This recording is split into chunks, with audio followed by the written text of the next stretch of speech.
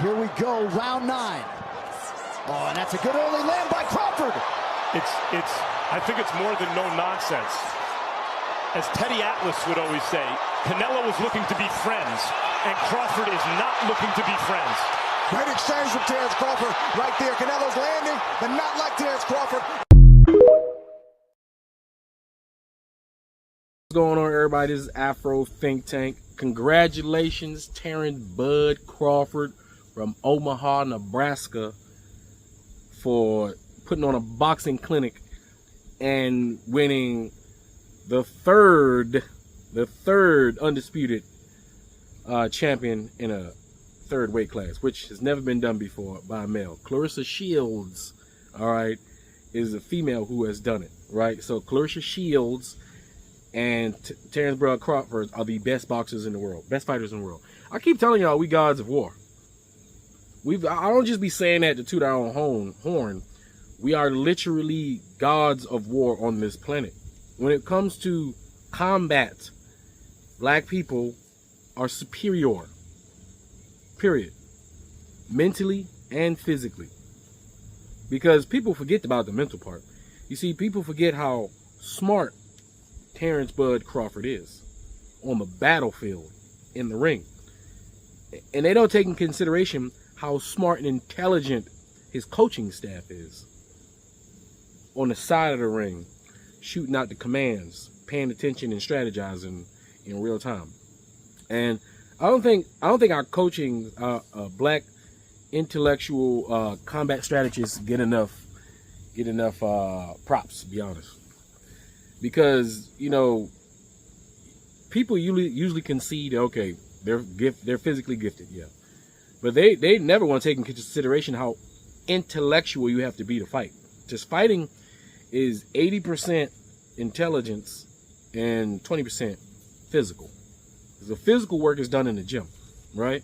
It's the intelligence that's going to get your physical body to do what the plan is. And throughout this whole, before the build-up, Terrence Bud Crawford, I've been watching Terrence Bud Crawford before anybody even was saying Bud. I was watching Terrence Bud Crawford back when he had the dreadlocks, way back in the day, right? Way back in the day. And nobody ever gave him a chance because he was that good. Nobody was going to risk fighting him because they knew they was probably going to lose. Because, see, Terrence Bud Crawford is a martial artist. He's a real martial artist. And he just so happens to be good at two of the best and most superior forms of martial arts. Forget all that kung fu and all that, but that shit looks good in the movies, right? That shit looks good on the movies. All that Wing Chun and shit like that. No, real martial arts is something that could be used in real combat. And boxing has already proven itself throughout MMA to be the de facto superior combat style that everybody adopts, right? And not only boxing, but wrestling. Wrestling is a superior martial arts, which African people have mastered. Every group of people on the planet has their wrestling culture, right? But none matches African wrestling culture. None. We started it. Wrestling is a martial arts, and we African people invented wrestling. Everybody else on the planet who wrestles, like the Asian people in the steppes and the Samoans with their sumo, everybody in every country on the planet, no matter what their culture is, they started wrestling after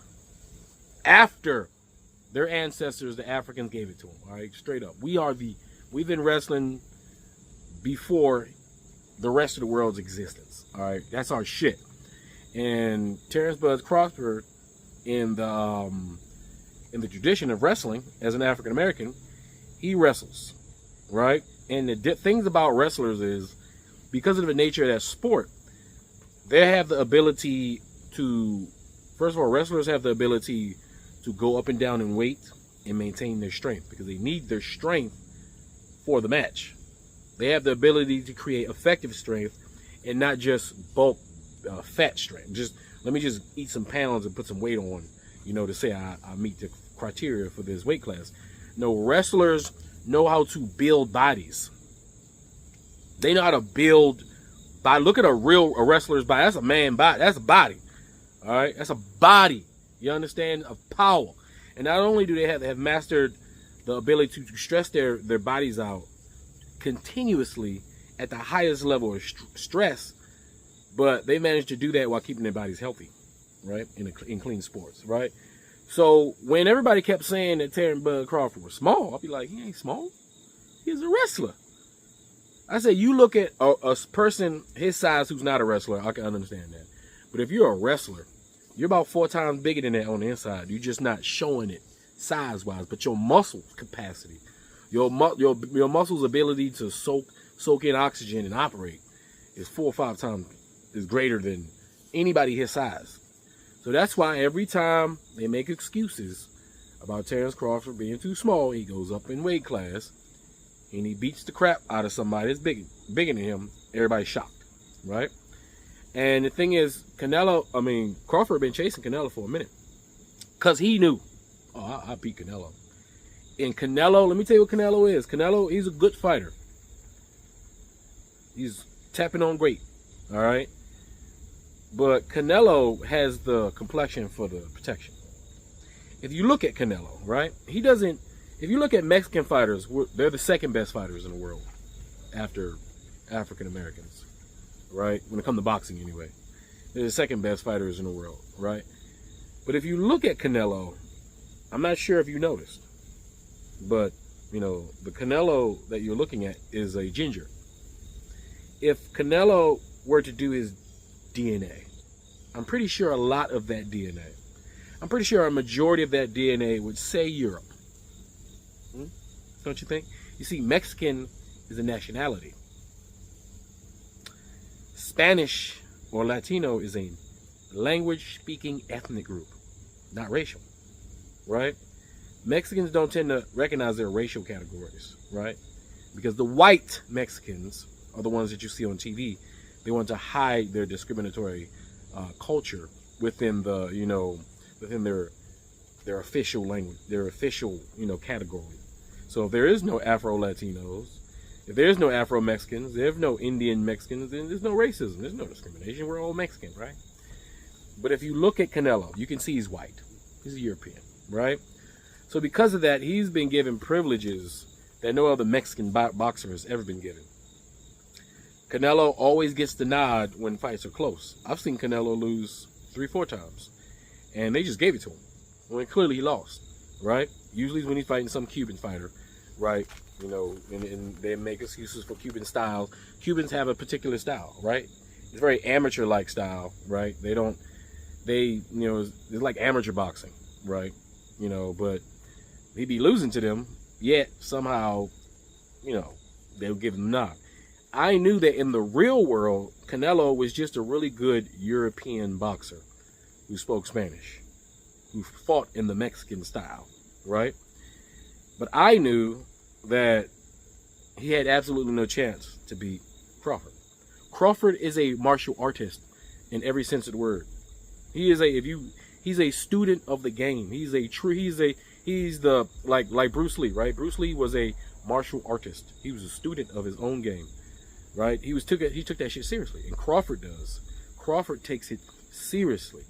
People who go train with him, they always say he's like a master. He's like a genius. He is. Crawford is the peak. He's the peak of combat prowess. He's the peak of black potential when it comes to fighting. He is a genius, intellectually genius in that squared circle, in a physical god in that squared circle. You understand? Like that. Like in MMA, it was John Jones. Despite what he did outside the ring, when it came to fighting, that's what he was, right? And the thing is, when I say, you know, like each culture got their own different aspects, right? And in this aspect, like you got the white folks, they got their Valhalla, they got their Thor, right? They got their non-Christian gods that represent the aspects of their own nature, right? And then you got, you know, the Native Americans, they usually have their own aspects of nature that represents their power, right? The aspects of their own nature. In this case, Terrence Bud Crawford is Shango, okay? God of thunder and fire, lightning, God of war, all right? And he represents all those aspects, from the intelligence tacticians to his physical prowess, to his killer instinct when he sees an opening. And he also has the eye, okay? He also has the eye. Now, for all my anime people, I'm going to put it like this. Floyd Mayweather is Goku. All right? Ultra instinct, ultra mastered Goku. Okay, that's Floyd Mayweather. Terrence brother Crawford is Vegeta. That's Vegeta. Ultra ego. Mastered ultra ego. Right? That's him. Now, we all know, all of us knows for a fact, despite the plot armor in Dragon Ball Z, that Vegeta is a better warrior and stronger and smarter than Goku. We all know that. Here's an example for those who truly, know anime. All right? And that should be most black people watching me right now. Right? You'll understand what I mean. When Goku acquired Super Saiyan Blue, God, it required 5 other Saiyans to go Super Saiyan and perform a performance in order for them to infuse that power into Goku in order for him to achieve that level of Super Saiyan Blue God, right? Now, it wasn't supposed to be able to happen unless the ceremony took place. Now, Vegeta, when he saw that shit, that here comes Goku achieving another level, what the fuck? Vegeta went off on his own. And through his own strength. No ceremony with 5 other Saiyans going Super Saiyan and infusing that into him. He went off on his own into the goddamn, it wasn't a hyperbolic time chamber. I think he went to the gravity chamber for an undisclosed amount of time. And he did that shit himself. That's how powerful Vegeta is. And every time Goku plot armor gives him another power up through some fantastic or exceptional training, Vegeta goes off and does it again. And he always surpasses Goku until Goku gets another plot armored power up, right? But everybody knows Vegeta is that dude. And Vegeta is not naive enough to think that he can't kill. Right? So Crawford is Vegeta. Right? Now Canelo is Piccolo. No, sorry. No, he's not Piccolo. Canelo is Krillin. He's only human. Strong. The strongest. Can probably go on every other anime series and solo everybody. Alright? Everybody. He can go on Naruto, solo everybody. He can go on Kaijin, solo everybody. He can go on any other anime that people power up and got powers, and Krillin can go on there and solo the whole goddamn universe by himself. Destructo Disc, ain't nobody fucking with that. But in the world of Dragon Ball, he ain't fucking with Vegeta or Goku. You understand? Now, people are going to start to argue that Crawford is better than Mayweather. And I'm going to say I'm not going to have that argument. Why? Because people forgot Pretty Boy Floyd. They forgot that guy. They only see Money Mayweather, not Pretty Boy Floyd. See, Pretty Boy Floyd, the beginning of Floyd Mayweather's career, he was that guy knocking everybody out at the lower weight class. He was knocking everybody out. He was very aggressive in his style. But when Pretty Boy Floyd's hands got compromised, he became Money Mayweather. He had to retool how he boxes in order to continue his career because his hands were messed up. That's why he stopped going for the kill and he started being mostly defensive minded. But people forget those days when nobody wanted to fight him, when he was going in there and crushing folks. Okay? So I would say they are both on Mount Rushmore and they both stand next to each other. They're both a little bit different. One's Goku, one's Vegeta. We know if they were to fight, you know what I'm saying, Goku probably gonna get the plot armor. Right? Right? But right now, both of these fellas, but it's Crawford's time, have displayed the godlike power of the African American, the African male in general, when he's in his total and complete frame and focused. And it also shows the godlike mental strategy, capable mental combat strategy of a black man when he's in his frame, strategizing and training his fighters to fight. If you look at all the other great fighters throughout history, and you look at their coaching staff, 9 times out of 10 they were trained by an African. African American. African Americans are the greatest combat strategists on the planet. We go and we train those Ukrainians, which are the tip of the spear of European physical capability. We train them in the ways of the African American martial arts style of boxing, and they excel. That's the truth. Anybody, right, who gets trained in the African American martial arts, you know, of African American style of martial arts, excels to the limits of the capabilities of their clan. When a Latino is trained by the African American, right, they become top tier Krillins, right? Top tier. But they can never become Vegeta and Goku. It requires the DNA. That's why we have up-and-comers like Keyshawn Johnson. We got, there's a whole bunch. To me, Keyshawn Johnson's the next one, right? He just got to get his mind right. Keyshawn Johnson has all the physical and intellectual capability, but he has to get his discipline correct. He's young. He got time, right? And there's a few more. There's about 4 or 5 of them I see right now that's ready to come up, but they're going to end up having to fight each other. There's a whole bunch of Saiyans out there, young Saiyans on the freaking, that's ready to come up. But I just want to say, man, I truly enjoyed the fight. You see, Canelo knew he was going to lose. He had to doubt him the entire time. You can see it in his face throughout the press conferences. The media knew he was going to lose, even though they had to sell the fight. So, you know, the only thing they could say about Canelo was, oh, he's big. Knowing damn well that wasn't enough. Because there was nothing that Canelo could do that Crawford couldn't do 10 times better. Including ring IQ. Nothing. Right? But they sold it. They did the best they could. So thank you to Turki Al-Sheikh, the Arab dude who just want to see motherfuckers fight real fights. And he got a bunch of money to throw around to make it happen. That's the only reason it happened. Because the normal white supremacy power structure of boxing would have never let this fight happen. The normal white power structure of boxing would have never let this fight happen because they knew this was going to happen. But the Arab guy with the money threw so much money at Canelo that he couldn't help himself. $150 million.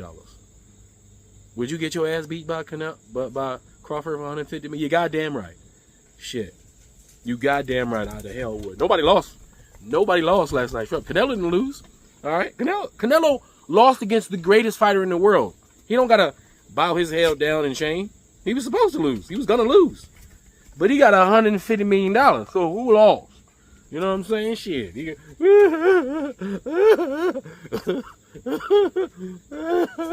know what I'm saying? That's Canelo. Shit. You know what I'm saying? And Crawford got paid too. Right? He got paid too. He got his just dues. He ain't get $150 million, but that's okay. I think he got like 50 million. He got something where he ain't worried about it. All right, he good. He got his part. He don't want to be greedy. He did what he had to do. And if Canelo never fights again, I'm fine. He can retire right now. He's 38 years old. There's literally nothing else. There's no other fight out there that I care to see him fight now. There's nothing that I want to see him training now.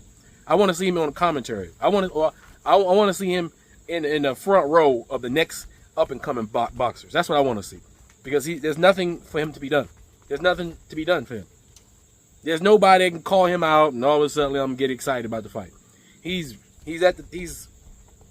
There's nothing. The only thing that can defeat him is age. And age is the one opponent that no boxer, no MMA fighter can never defeat. Ever. Zero zilch. Age will get you every time. Right? So I just want to say congratulations to Terrence Crawford for holding it down. Right? For displaying black excellence at his peak. Right? Showing great sportsmanship on top of that. And that's it. You know, so now I'm gonna sit on YouTube and watch all the boxing commentators who had Canelo winning, and all the fence riders who were trying to play the fence, like Showbiz Dalton, who goddamn well Crawford was going to win, and had to pander to his half Latino community by saying he put $20,000 on Canelo. I don't think he did that shit. Maybe he did. I don't know. But he fucking knew. Showbiz Dalton knew what was about to happen.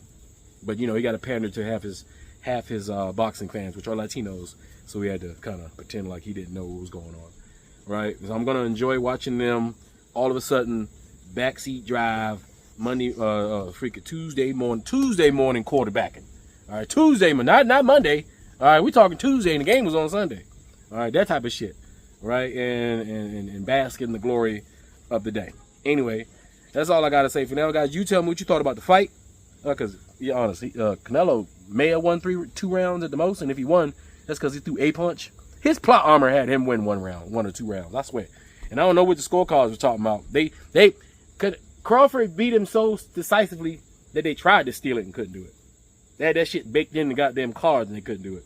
That's how much of a one-sided fight this was. Anyway, tell me what you guys think about the fight in the comment sections. Afro Think Tank, learn something, teach something. I'm out.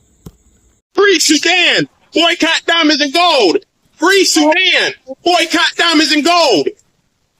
We most definitely cannot forget about the people of Sudan.